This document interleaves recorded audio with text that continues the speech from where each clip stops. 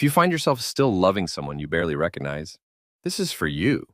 You know that twisted feeling in your chest when you look at them and feel warmth and disgust at the same time? When their laugh still hits the same but their choices make you sick? That's what nobody talks about.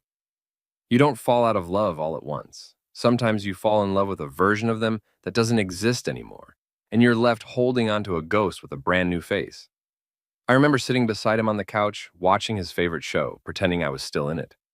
But everything had changed. The way he talked, how quickly he snapped, the things he said about my friends, how nothing was ever his fault anymore. I wanted to believe it was a phase. But weeks passed, then months, and the person I fell in love with started to feel like someone I made up in my head. If you're feeling confused, like you're the crazy one for noticing the shift, you're not. You're just the one still paying attention. When they stop trying, you start over-explaining. When they lie, you make excuses. And worst of all, you cling harder, hoping love will pull them back. But it won't. You're not holding on to them. You're holding on to who they used to be. And if that hurts, it means you're not numb yet.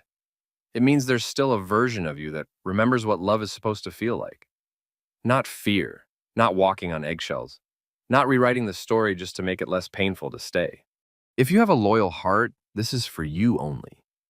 You stayed when you should have walked. You told yourself, maybe I'm just being sensitive, even though every part of you knew something felt off. But here's the truth most people avoid.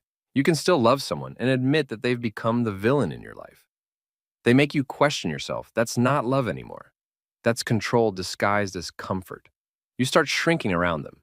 You speak less. You flinch when their phone lights up. You prepare your face before asking a question, calculating the safest tone just to avoid another explosion.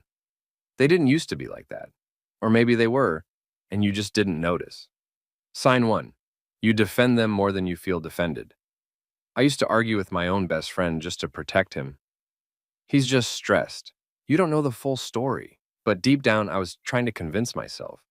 Every time someone said I deserved better, I felt exposed. Because I already knew that. I just wasn't ready to admit I was right. If you're always the one explaining, covering, or cleaning up their mess, stop. You're not their shield. You're their scapegoat. Sign 2. They don't see when they hurt you until you bleed. I once cried in the bathroom while he played video games like nothing happened. When I finally said something, he acted surprised. "Why didn't you just tell me?" he said, like I hadn't. That moment broke something in me. They only notice your pain when you explode. It's because they don't care to listen when you whisper. And someone who doesn't care when it's small won't care when it's big. If you find yourself excusing red flags just to stay, this is for you. There's a specific moment that haunts me. He joked about my insecurities in front of his friends, and I laughed too. Not because it was funny, but because I didn't want them to see how much it hurt. I wanted to scream, "That's not who I am," but I just kept smiling. That's when I realized I wasn't just losing him. I was losing me. Sign 3.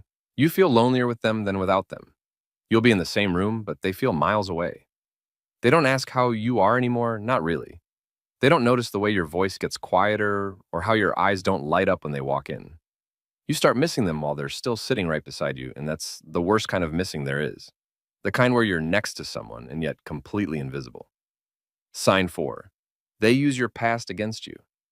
I remember opening up about my worst fears, my childhood, the things that broke me. At first, they held it with care. Later, they used it like a weapon. "You always act like this because of your issues," he'd say. And suddenly being vulnerable felt dangerous. You shouldn't have to regret trusting someone you love. But when they twist your pain to win arguments, it stops being love. It becomes survival. If you've ever begged for crumbs of the old them, this is for you.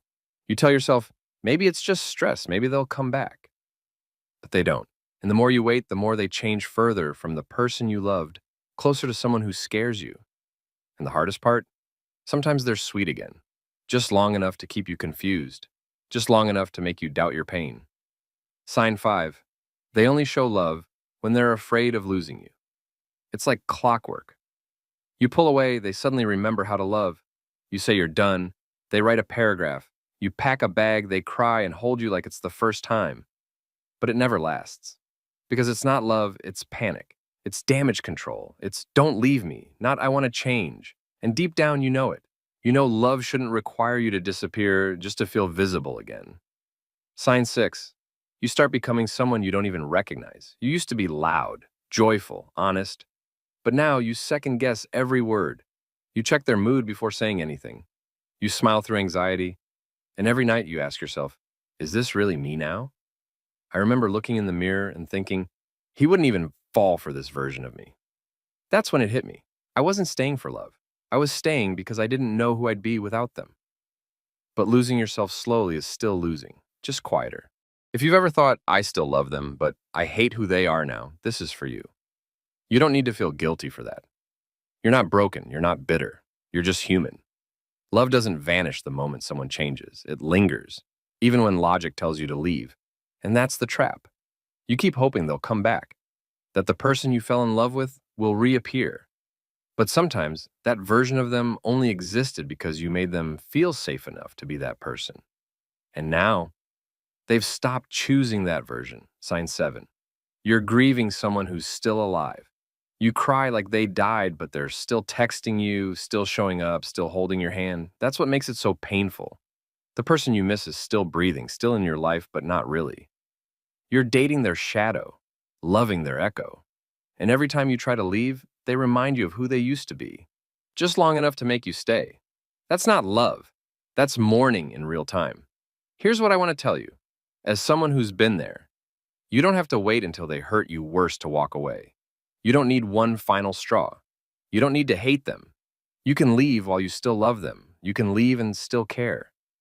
Because this isn't about revenge, it's about remembering who you are, the real you, the one they stopped seeing, the one you're about to go find again. You won't forget them. But one day you'll stop needing them to be someone they're not. And that day will feel like peace,